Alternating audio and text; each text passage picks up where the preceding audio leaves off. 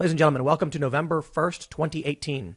CNN's Don Lemon doubles down on the claim that white men are the biggest terror threat. It might surprise you, my friends, that I will tell you Don Lemon is correct. That's right. Now, you can call him bigoted, you can call him racist, you can say he's profiling. Okay. But hold on, hear me out. Before you get angry and then you say, hold on, Tim, what are you talking about? Hold on. Have you ever stopped to consider the political ideology of these white men and who are the real biggest terror threat? My friends, it is Antifa. Now, what does he mean by biggest? I don't know. I suppose you could have an argument about what biggest really means. For certain, there are far right elements, these extremists who do dangerous, horrific things, atrocities, committing tragedies, and it's bad. I wouldn't say it's the biggest threat because we can stop them, because we do stop them. And while they do engage in very serious acts, which results in lots of death, periodically, I would not say that's the biggest threat.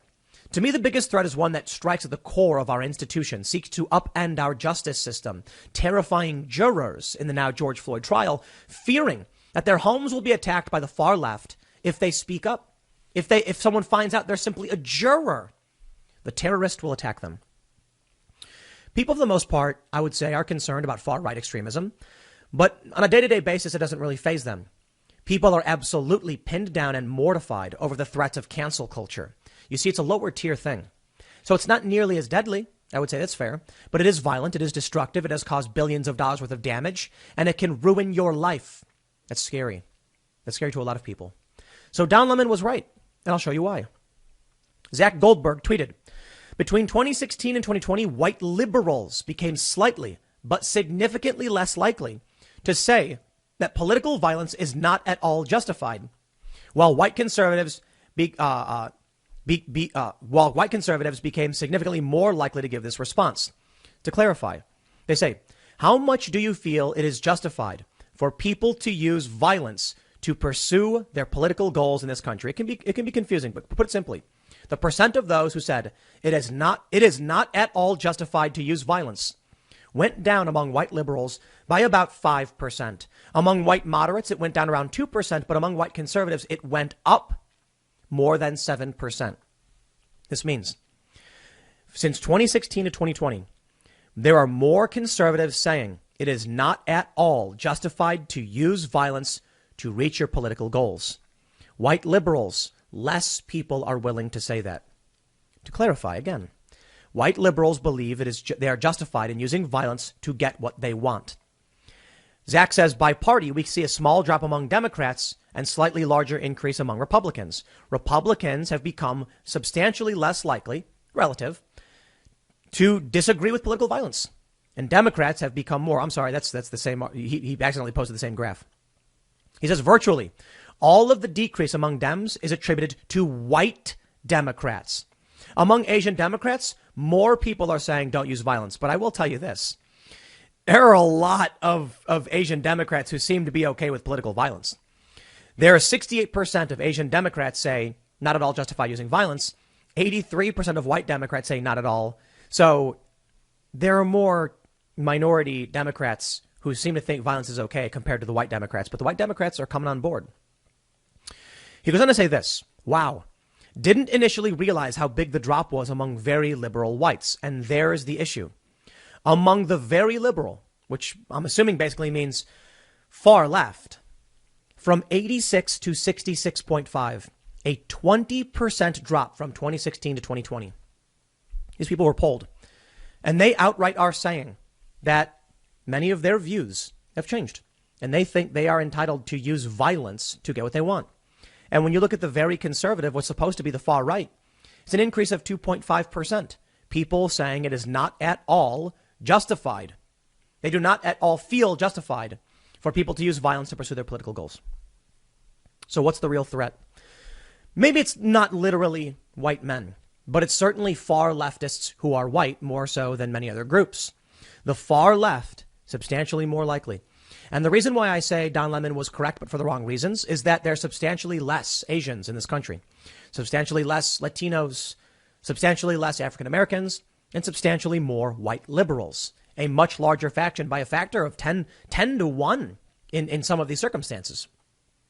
So although you may see among Asian Democrats, more of them feel violence is justified, white liberals, they are more likely to say that they feel to a certain extent justified. It doesn't mean, now I want to clarify as well, it doesn't mean they're saying they feel absolutely justified. It just says not at all. So there could be somewhat justified, and they answer that as well. Long story short, it looks like what we're seeing is that there are people on the left who now believe violence is okay. It's obvious by what we saw with Antifa in Portland. It's obvious by what we're seeing at the George Floyd Memorial in Minneapolis, where someone was just shot and killed, and they've turned it into an autonomous zone. This Twitter user says, new post using election studies data reported attitudes about how justified political violence is desegregated. How much do you feel it is justified for people to use violence to pursue their political goals in this country? Interestingly, among Democrats, there's a lot more saying it is. Republicans, a lot less saying it is. Independents, more than Republicans. Men, more than women. White people, actually substantially less than Black, Hispanic, or Asians.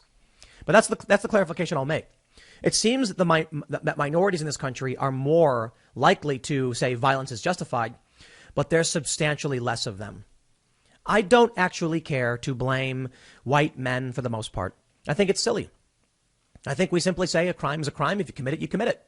We don't need to profile people. We need to profile bad ideas and dangerous individuals. And it seems like far leftists have a higher propensity for violence at this point, or a willingness to commit it, as opposed to any other group. So if you want to target someone, I don't think race comes into the play, or even gender. I think ideology is the bigger shift. Among the very liberal, that's the biggest jump. That includes women, that includes Asians, Hispanics, Black people, white people, whatever. So the real issue, and perhaps I'm being a little hyperbolic when I say white men, is that the far left is becoming emboldened. Republicans don't like political violence. Around 90% saying not at all justified. Among Democrats, around 78% not at all justified. That's scary. Asians are the largest faction of those thinking it is a great deal justified. Wow. That's kind of scary. What's the narrative we get from the media, though, my friends? From Forbes, white supremacist domestic terrorists pose biggest threat of lethal violence this election, DHS assessment finds. No, maybe that's fair. I think so. You can consider a few things. First, lethal violence. Right. The far left is engaging in low tier terror, smashing windows, starting fires, and beating people to force subjugation. The far right extremists we see take guns and go do horrifying things. OK, so maybe. I also think it's not necessarily fair to say far right for many of these people, because mentally unwell tends to be the biggest factor in this. But for the sake of argument, we'll just say, OK, fine. Lethal violence. Sure. White supremacists more likely to engage in lethal violence. To me, that's not the biggest threat. I certainly think it's horrifying, because I think life is inherently one of the most valuable things that there is. But the biggest threat is how many people will die if, say, communists took over. And I'm not necessarily saying that I think communists are going to take over. I'm just saying leftist ideology is infinitely more dangerous when it takes power, when it disrupts the economy, when it takes people's jobs, when it locks everything down, and it encourages street violence. That's substantially worse than, in the long run, than, say, one individual. They're both bad. They both need to be stopped. And there should be certain priorities for, more far right extremism, whatever that really means, than we would typically see with leftist protests. You don't need all that much to stop a protest from getting violent. You need only enforce the law. The problem is they're not doing it. They're not going out in Portland and just grabbing everybody and arresting them, I suppose, because it just doesn't stick. It doesn't work. In Portland, there was a federal prosecutor quietly dismissing felony charges and misdemeanor charges against anti-fascist, or I shouldn't say that, I should say Antifa types, who are getting arrested.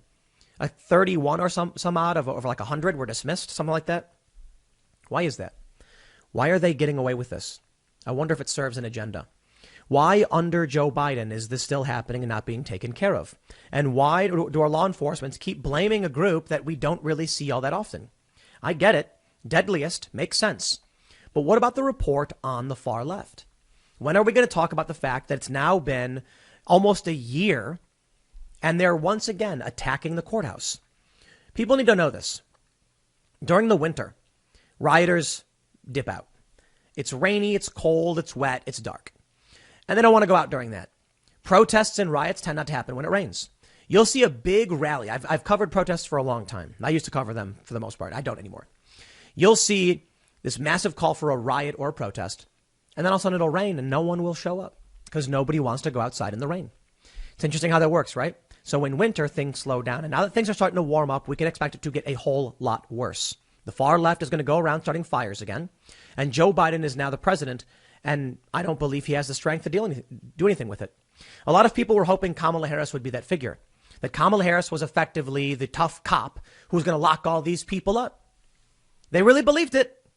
But she was quite literally the one trying to bail them out. No, it serves their purpose and their agenda. They'll find a way to blame Trump and Republicans for it, or they'll just outright ignore it. And a lot of people who just don't read the news will believe every single bit. And we will be all worse off for it. I think it's going to get pretty rowdy this year. I think we're going to see a lot of Antifa far left violence. And I think you should be prepared for it. Expect it. I don't know. You know, you got to do what you do to feel comfortable, to feel safe. But I hear more and more of these stories about liberals buying guns. I was one of them. Now I am a gun owner, and then some, to say the least. I think so long as the police are being defunded, demoralized, and the riots are expanding, escalation is just on its way.